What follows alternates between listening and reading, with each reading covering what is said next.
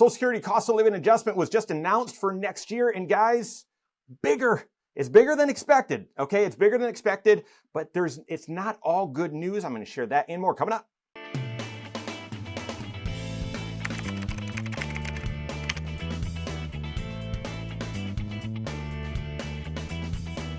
My name is Mike Bernard. I'm the host of the Wise Money Show. I'm also one of the certified financial planners right here at Korhorn Financial Group. Make sure you hit that subscribe button, turn on notifications, and smash that thumbs up button. Announced today, two big announcements actually. One, the inflation rate for September, but the other, the big news, is the cost of living adjustment for Social Security for next year. You guys know, if you're a fan of the Wise Money Show, we talk about that as estimates start coming out, and then certainly as the numbers get announced, because it impacts your planning. Whether you are retired right now and you've got a plan for next year, because we know inflation's real. Okay, what sort of increase am I getting on my Social Security? But it also impacts your planning and your forecasting for your own Social Security. I've told you throughout the summer that the expectation's been around 2.5%, which is what it was last year, about a 2.5% increase. They based this on the CPIW for the third quarter, so July, August, and September of the previous years, and comparing one to the other. Guys, the announcement just came out. Higher than expected. The cost of living adjustment for Social Security for 2026, 2.8%. And you might say, that's still low. It is. Guys, that's more than what I expected. 2.5, 2.6. I was actually expecting it to be a little bit lower even than those estimates. 2.8%. I will take it.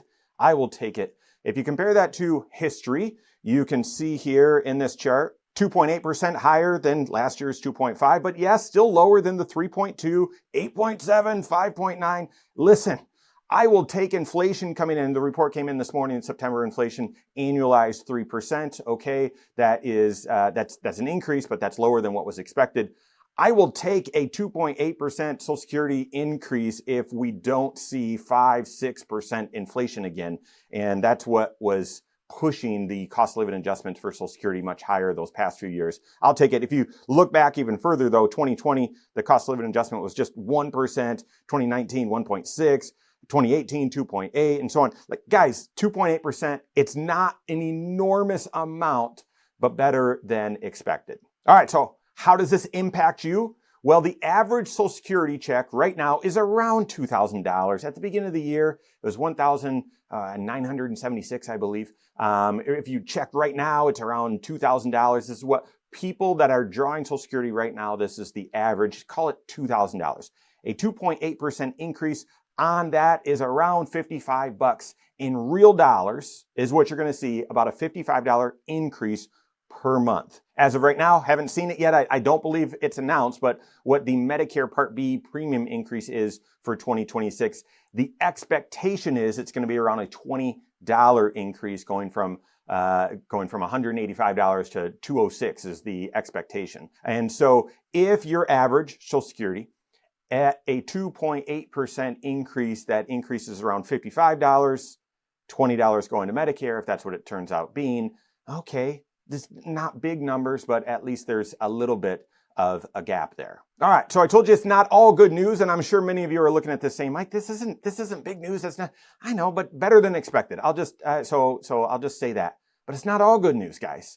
Take a look here at the Social Security wage base, the maximum wages or earnings that you've got to pay Social Security tax on. Yes, in this announcement by the Social Security Administration, they announced that the FICA taxes, those FICA tax rates are staying the same. Not a shocker. Yeah, at some point, I'm sure they're going to be increasing those.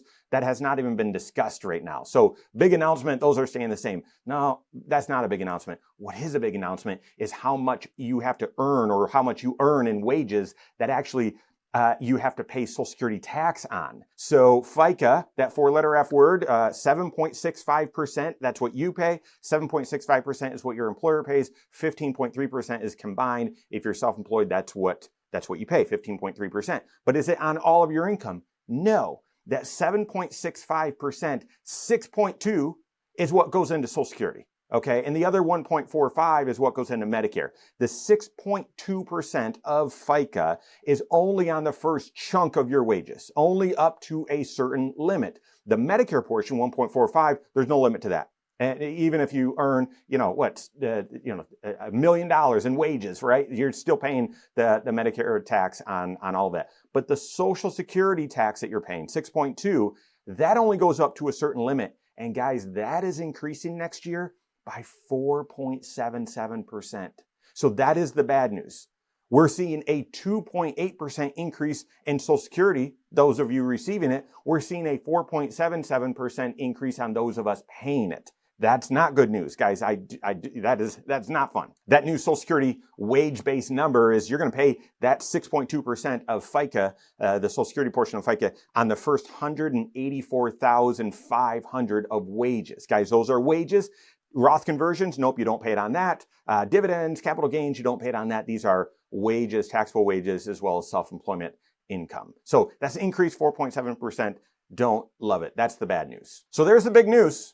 Both a little bit of good, a lot of bad, but that's the big news on Social Security. Two other points to mention. I just got to throw that out there. Number one, the big question for you, if you're not on Social Security, if you are planning for your retirement, you've got to figure out how to optimize your Social Security. How are you going to optimize this choice and what makes the most sense for you from a planning standpoint? Not everyone should delay their Social Security, just like not everyone should draw their Social Security immediately. You've got to optimize working with your certified financial planner, looking at all 6 areas of your financial life, figuring out what makes the most sense for you. Why? Because say you draw Social Security right away, right at 62, and your Social Security then is locked in at a lower rate, let's say $1,500. Then a 2.8% increase is $40, $42, okay? So approximate, something like that, on that lower amount.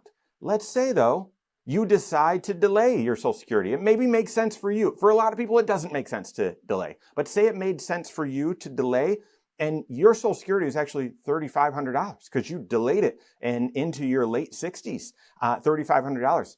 Guys, a 2.8%, the same cost of living adjustment is going to be about $100 for you. So delaying Social Security, this is, again, it's not for everyone. I would say it's not even for most people. It might be for you. You've got to work with your certified financial planner. So that's one other point. And then the second point is know that even with this increase, this cost of living adjustment, COLA, 2.8% for Social Security in 2026, and the increase of the wage base, the 4.77% increase of wages that are going to have to pay tax on Social Security, the taxation of Social Security still has not changed. It has not changed. The formula has been the same since the 80s and then adjusted slightly in the 90s. But guys, there's no cost of living adjustment on who pays tax on their Social Security. When you collect Social Security, if you are married filing jointly, you add up all of your income plus half your Social Security. If that number is above $32,000, some of your Social Security starts becoming taxable. That $32,000 did not see an increase to it, meaning more and more people have to pay tax on their Social Security every year, especially as we see these cost of living adjustments. If you're a single filer, all of your income plus half your Social Security, as long as that's over $25,000, then your Social Security starts becoming taxable. Guys, these are very low thresholds. They do not adjust with inflation. So this 2.8% increase in cost of living adjustment, again, means more and more people every single year have to pay tax on their Social Security. A side caveat is this new senior deduction, $6,000 as long as you're age 65 or older, and your modified adjusted gross income is below $150,000 joint, $75,000 single. Be aware of those, plan for those. But yeah, taxation on Social Security, another very, very frustrating point. So work with your certified financial planner on this. How does this impact your plan? It might not. It's just a 2.8% increase. It's not that big of a number, but if it impacts your planning, work with your certified financial planner on that. Bigger than that, I want you to optimize for Social Security. So work with your CFP on that. If you don't have a CFP on your team, you can contact one on my team. Find us online, Korhorn.com. That's Korhorn with the K, wisemoneyshow.com. You can find us there as well, or give us a call, 574-247-5898. All right, there you have it. Go out and take your next wise step in your financial life.